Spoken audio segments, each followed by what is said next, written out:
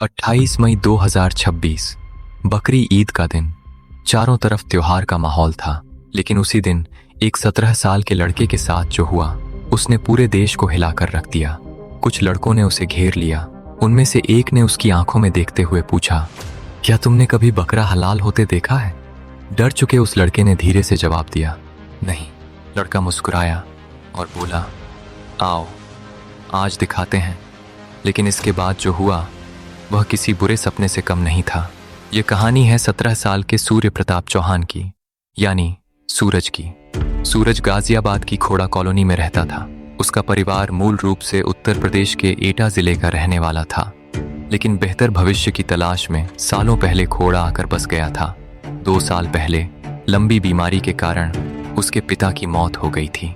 घर में उसकी माँ सरोज देवी, बड़ी बहन विशाखा और बड़ा भाई यश थे। यश मानसिक रूप से पूरी तरह स्वस्थ नहीं था। ऐसे में पूरे परिवार की जिम्मेदारी सूरज के कंधों पर आ गई थी। सिर्फ 17 साल की उम्र में वह नोएडा की एक कपड़ा फैक्ट्री में काम करता था और साथ साथ अपनी पढ़ाई भी जारी रखे हुए था। हाल ही में उसने मेहनत करके 10वीं की परीक्षा पास की थी। मुश्किल हालातों के बावजूद सूरज शांत था, मेहनती था, सीधा सादा लड़का था। 28 मई को बकरी ईद की वजह से उसकी फैक्ट्री बंद थी, लेकिन घर की ज़रूरतें कभी बंद नहीं होती। इसलिए वह सुबह काम की तलाश में घर से निकल गया ताकि शाम तक कुछ पैसे कमा सके। दोपहर करीब 12 बजे उसने अपनी माँ को फ़ोन किया। माँ ने पूछा, सब ठीक है ना बेटा? सूरज ने जवाब दिया, हाँ माँ, मैं ठीक हूँ, आप अपना ख्याल रखना। ये शायद माँ बेटे की आखिरी सामान्य बातचीत थी। दोपहर करीब 3 बजे खोड़ा कॉलोनी की एक गली में सूरज की मुलाकात असद नाम के लड़के से हुई। दोनों एक दूसरे को पहले से जानते थे। कुछ समय पहले उनके बीच झगड़ा हुआ था, लेकिन बाद में बातचीत फिर शुरू हो गई थी। इसलिए सूरज को उससे कोई ख़ास खतरा महसूस नहीं हुआ। लेकिन उस दिन बाइक चलाने जैसी मामूली बात पर दोनों के बीच बहस हो गई। कुछ देर कहासुनी चली और फिर सूरज वहाँ से चला गया। उसे लगा कि बात ख़त्म हो चुकी है, लेकिन असद के मन में यह बात बैठ गई। वह सीधे अपने घर गया। वहाँ उसने अपने पिता नवाब को पूरी घटना बताई। इसके बाद घटनाओं ने ऐसा मोड़ लिया जिसने एक मामूली बहस को खूनी साजिश में बदल दिया। इसके बाद सूरज को सबक सिखाने की योजना बनाई गई। असद ने अपने कुछ साथियों को इकट्ठा किया। फिर अरशद नाम के लड़के के जरिए सूरज को फ़ोन करवाया गया।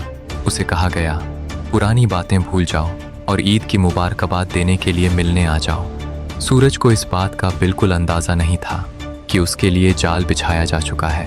वह अपने दोस्तों विक्की और आयुष के साथ बताई गई जगह पर पहुंच गया।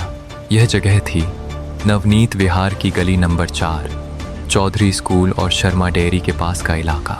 जैसे ही सूरज उस गली में पहुंचा, उसे महसूस हुआ कि कुछ ठीक नहीं है। वहां पहले से असद और उसके साथी मौजूद थे। कुछ ही सेकंड में लड़कों ने उसे चारों तरफ से घेर लिया। अब सूरज पूरी तरह फंस चुका था। असद उसके सामने आया। उसने सूरज की आंखों में देखते हुए पूछा, क्या तुमने कभी बकरा हलाल होते देखा है? घबराए हुए सूरज ने जवाब दिया, नहीं। असद बोला, आओ दिखाते हैं। इसके बाद हालात अचानक बेकाबू हो गए। असद के एक साथी ने बड़ा चाकू निकाला। अगले ही पल सूरज पर हमला कर दिया गया। चाकू उसके पेट में कई बार घोंपा गया। सूरज दर्द से चीख उठा। उसके कपड़े खून से भीग गए, लेकिन मौत सामने देखने के बावजूद उसने हार नहीं मानी। वह अपनी जान बचाने के लिए भागने लगा। घायल हालत में वह काफ़ी दूर तक दौड़ा। वह मदद मांग रहा था, जिंदगी की भीख मांग रहा था, लेकिन हमलावर उसके पीछे दौड़े। उन्होंने उसे फिर पकड़ लिया। उस पर दोबारा हमला किया गया। कुछ ही देर बाद सूरज सड़क पर गिर पड़ा। उसके शरीर से लगातार खून बह रहा था। जब हमलावरों को लगा कि अब वह नहीं बचेगा, तो वे वहाँ से फरार हो गए। दिन दहाड़े यह सब हुआ, लेकिन उस समय कोई भी उसे बचाने के लिए आगे नहीं आया। कुछ ही मिनटों में यह खबर सूरज के घर पहुँच गई और अब शुरू होने वाला था उसके परिवार का सबसे दर्दनाक संघर्ष। घटना के कुछ ही मिनट बाद सूरज के घर वालों को खबर मिली। उसकी माँ सरोज देवी और बड़ा भाई यश बदहवास हालत में मौके पर पहुँचे। सूरज सड़क पर खून से लथपथ पड़ा था। परिवार वाले उसे तुरंत एक नज़दीकी अस्पताल लेकर गए, लेकिन उसकी हालत बेहद गंभीर थी। चाकू के वार उसके पेट में गहराई तक लगे थे और काफ़ी खून बह चुका था। वहाँ से उसे तुरंत नोएडा के बड़े अस्पताल में रेफर कर दिया गया। डॉक्टरों की टीम उसकी जान बचाने में जुट गई। खून चढ़ाया गया, ऑपरेशन किया गया। पूरा परिवार अस्पताल के बाहर बैठकर उसके बचने की दुआ कर रहा था। लेकिन सूरज की हालत लगातार बिगड़ती जा रही थी। उधर घटना की सूचना मिलते ही पुलिस ने मामला दर्ज कर लिया। सूरज के भाई की शिकायत पर जांच शुरू हुई। पुलिस को पता चला कि हमला अचानक नहीं हुआ था। हमलावर मौके से फरार हो चुके थे और उनकी तलाश शुरू कर दी गई। लेकिन अस्पताल के अंदर सूरज जिंदगी और मौत के बीच लड़ रहा था। परिवार को उम्मीद थी कि वह बच जाएगा, मगर 29 मई को कई घंटों तक संघर्ष करने के बाद 17 साल के सूरज ने अस्पताल में दम तोड़ दिया। उसकी मौत की खबर सुनते ही परिवार पूरी तरह टूट गया। जिस घर का सहारा सूरज था, उसी घर में अब मातम छा गया था। माँ बार बार सिर्फ एक ही बात कह रही थी, मुझे मेरे बेटे के लिए न्याय चाहिए। सूरज की मौत के बाद पुलिस ने मामले को हत्या में बदल दिया और आरोपियों की तलाश और तेज कर दी। लेकिन यह मामला अब सिर्फ एक हत्या का केस नहीं रह गया था। पूरे इलाके में गुस्सा फैल चुका था और अगले 24 घंटों में हालात ऐसे होने वाले थे कि पुलिस पर जबरदस्त दबाव बन जाएगा। 29 मई को सूरज की मौत के बाद पूरे खोड़ा इलाके में गुस्सा फैल गया। परिवार और स्थानीय लोगों में भारी नाराजगी थी। सूरज का शव घर लाया गया, लेकिन परिवार ने अंतिम संस्कार करने से इनकार कर दिया। उन्होंने साफ कहा, जब तक आरोपियों के खिलाफ सख्त कार्रवाई नहीं होगी, तब तक अंतिम संस्कार नहीं किया जाएगा। धीरे धीरे हजारों लोग सूरज के घर के बाहर जमा होने लगे। इलाके में तनाव बढ़ने लगा। कई संगठन और स्थानीय लोग न्याय की मांग करने लगे। बाजार बंद होने लगे और सड़कों पर भारी भीड़ जमा हो गई। हालात ऐसे हो गए कि बड़ी संख्या में पुलिस बल तैनात करना पड़ा। पुलिस अधिकारियों ने परिवार से बातचीत की। उन्होंने भरोसा दिलाया कि सभी आरोपियों को गिरफ्तार किया जाएगा और कानून अपना काम करेगा। लेकिन उस समय लोगों का गुस्सा शांत नहीं हो रहा था। उधर पुलिस ने भी तेजी से कार्रवाई शुरू कर दी। कई टीमें बनाई गईं। आरोपियों की तलाश के लिए लगातार छापेमारी होने लगी। मुख्य आरोपी असद अभी भी फरार था और पुलिस के लिए सबसे बड़ी चुनौती बन चुका था।